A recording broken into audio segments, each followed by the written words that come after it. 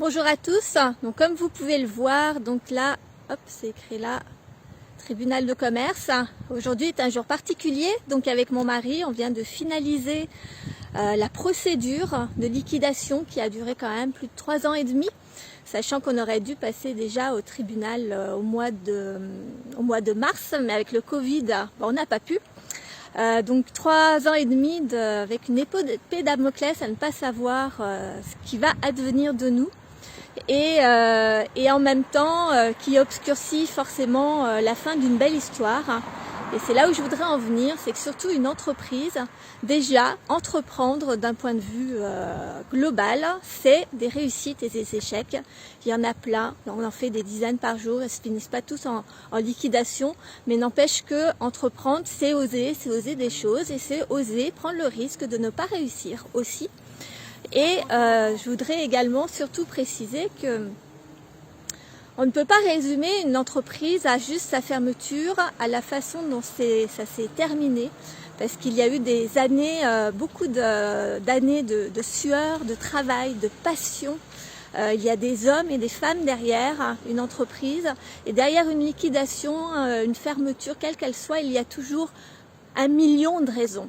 On dit toujours, on pointe du doigt souvent celui qui a ouvert le magasin de trop, celui qui a ouvert, qui est monté soi-disant trop vite, celui qui soi-disant a mal géré ses comptes, ou peu importe, quelle que soit la raison, mais il y en a plein, mais il y en a en réalité 1 million de raisons, parce qu'il y a la conjoncture, il y a l'environnement personnel, il y a l'état d'esprit, il y a tellement de choses. Un client qui du jour au lendemain arrête, il y a voilà, plein de choses.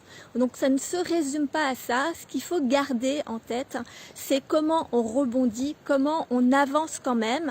Qu'est-ce qu'on retient, qu'est-ce qu'on apprend de sa fermeture? Moi, c'est ce que je fais depuis 3 ans et demi maintenant, c'est de comprendre comment on fait, pourquoi quand on donne tout, quand on est passionné, qu'on fait des beaux produits, qu'on est reconnu dans notre domaine, etc. et que malgré tout, on n'arrive pas à développer son entreprise comme on le souhaiterait. Simplement, ce que j'ai appris le plus, et c'est là une chose très importante, c'est que on est passionné, mais aujourd'hui, la passion et le travail bien fait ne suffit pas. Nous devons être des entrepreneurs. Entrepreneur est un métier avec des stratégies, avec de la réflexion.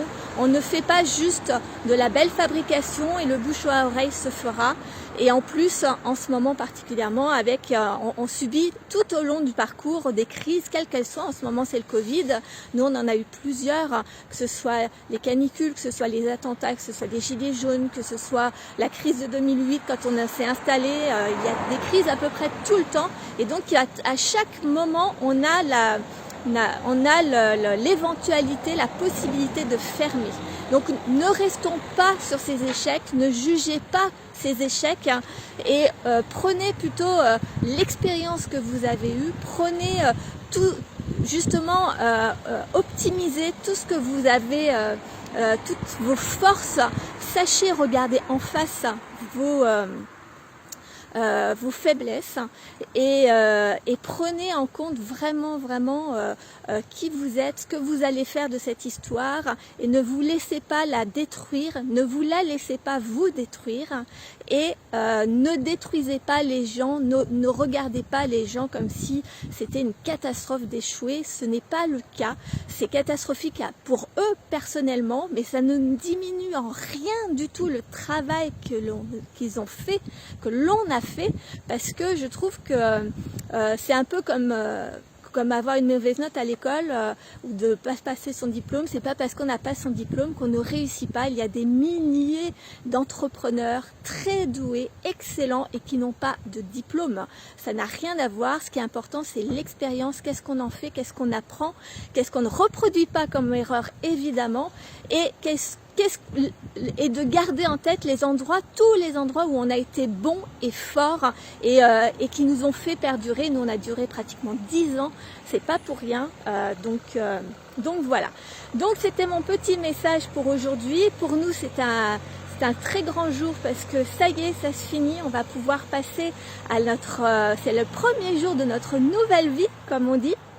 On va pouvoir passer à autre chose et puis partager, pour ce qui me concerne, partager cette expérience, partager le plus qu'il faut en dehors juste de la stratégie. Il y a beaucoup de choses qui viennent de la tête, il y a beaucoup de choses qui viennent de notre état d'esprit, de notre façon de faire les choses, de notre façon de penser, de notre façon de voir les choses également, et puis apprendre le métier d'entrepreneur, qui est un métier fabuleux, mais qui devient de plus en plus précis parce que nous avons des clients qui sont de plus en plus perfectionnés avec Internet. Ça c'est largement, ils se sont professionnalisés, et donc un artisan, un commerçant, une petite PME ne peut plus juste se baser sur son savoir-faire et sa bonne humeur comme la mienne, ou sa voilà, sur son travail et espérer que le travail bien fait suffit. Non, ça ne suffit plus. Il y a bien d'autres choses à apprendre, et c'est en cela que moi je vous aide maintenant à partir d'aujourd'hui, encore plus que jamais. Donc je vous fais des gros bisous. Je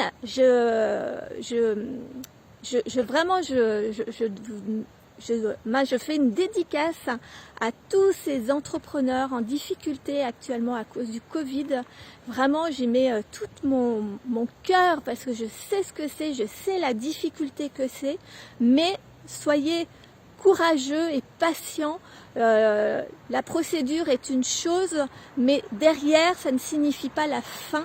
Il y a un renouveau derrière, et vous devez vraiment travailler dessus et garder en mémoire tout ce que vous avez fait de beau.